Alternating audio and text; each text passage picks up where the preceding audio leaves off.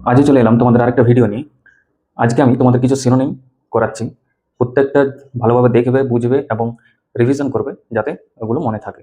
আর যারা নতুন আমার চ্যানেলে তারা সাবস্ক্রাইব করে দেবে এবং বন্ধুদের সাথে শেয়ার করতে কিন্তু ভুলবে না। তো চলো আজকে কিছু সিনোনিম তোমাদের বুঝিয়ে দিই।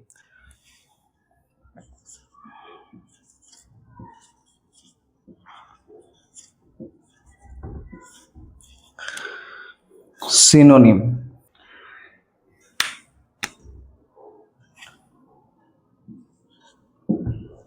এক নম্বর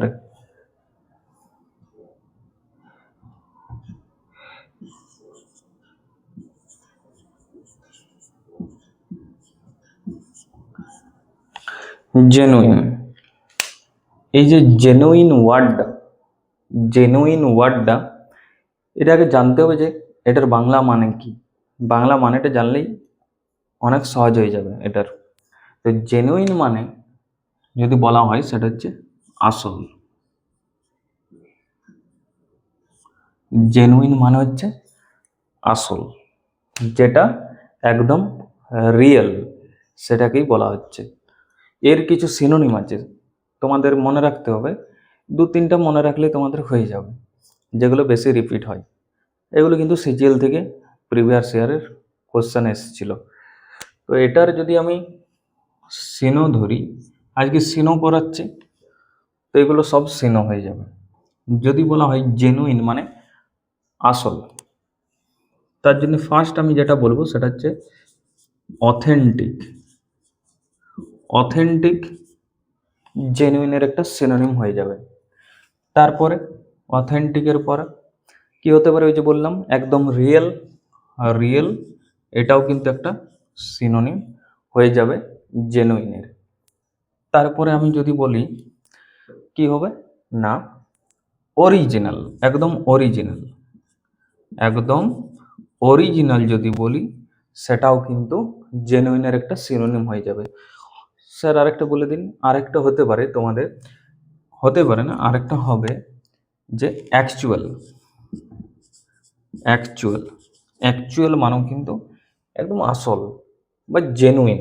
জেনুইন আর অ্যাকচুয়াল এগুলো হচ্ছে সব সিনোনিম। এগুলো সব হচ্ছে সিনোনিম। এগুলো হচ্ছে সব সিনো। জেনুইনের এগুলো সব সিনো। দেখে নাও, একবার লিখে নেবে সব। তো চলো নেক্সট কি বলছে। নেক্সট 2 নম্বরে আরেকটা সিনোনিম। 2 নম্বর আরেকটা সিনোনিম ধরো গিল্ড। Guild, GUILT, guild. গিল্ডের সিনোনিম বলতে হবে তোমাদের। এটাও সিজিএল প্রিভিয়াস ইয়ার ছিল কোশ্চেন।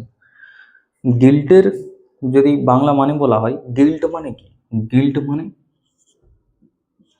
দোষ বা দোষারোপ। দোষারোপ, গিল্ট মানে দোষ বা দোষারোপ করা। দোষারোপ করা, বোঝা গেল? এরপরে গিল্টের সিনোনিম কি হবে? সবাই সিনোনিম করাচ্ছে। গিল্টের যদি সিনোনিম বলা হয়, সবার প্রথমে দোষারোপ করা। দোষারোপ করা মানে আমরা সবাই জানি যে ব্লেম দেওয়া, ব্লেম করা, ব্লেম। এটা হচ্ছে একটা সিনোনিম। আবার কি হতে পারে? আবার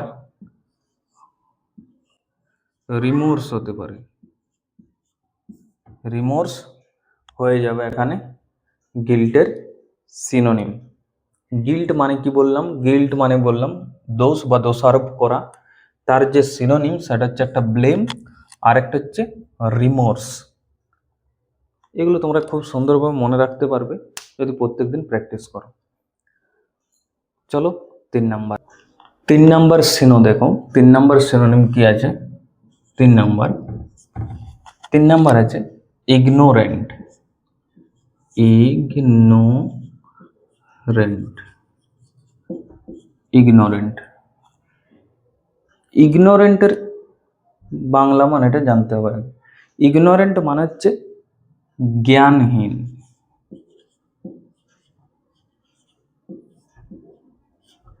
জ্ঞানহীন।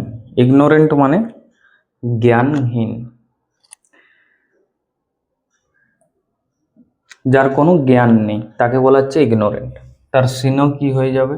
সিনো, প্রথম যে সিনো হবে ইগনোরেন্টের সেটা একদম সহজ, যে তুমি বলতে পারো যে সে হচ্ছে আনএডুকেটেড।